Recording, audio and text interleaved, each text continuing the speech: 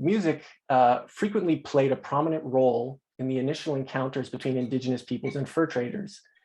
This is especially the case with the fur traders, such as Alexander Mackenzie and Samuel Hearn, Alexander Mackenzie, David Thompson, and the like, who pushed the trading post networks into Indigenous territory and recorded a lot of encounters with Indigenous music. And the musical encounters that they recorded in their journals were mostly friendly. The songs and dances that were presented to them were often part of the kind of relationship building that happened before trade.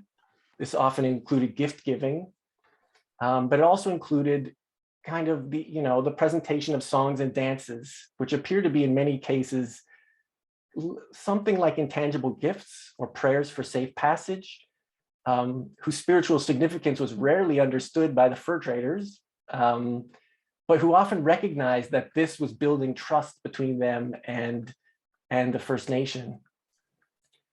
And so this became known to be a key component of successful travel into new locations.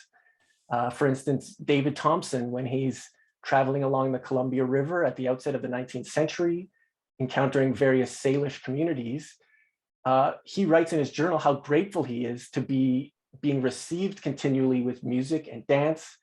And his crew got so accustomed to it that when it didn't happen, they would actually request it. They would say, well, could we please have some music and dance, please?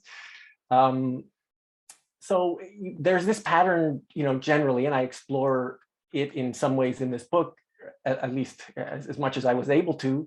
But I do want to point out that not all musical encounters were friendly, right?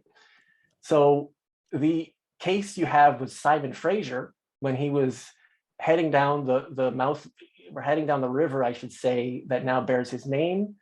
When he made it to the mouth of the river, he noted that there were Salish canoes intercepting his and, quote, singing a war song, end quote, and they were beating on the sides of their canoe with their paddles. And so in this case, music was a way of communicating to him that he was unwelcome. So here you have, musical encounters. What I found most evidence of was friendly instances, but they weren't all, because fur traders weren't always welcome.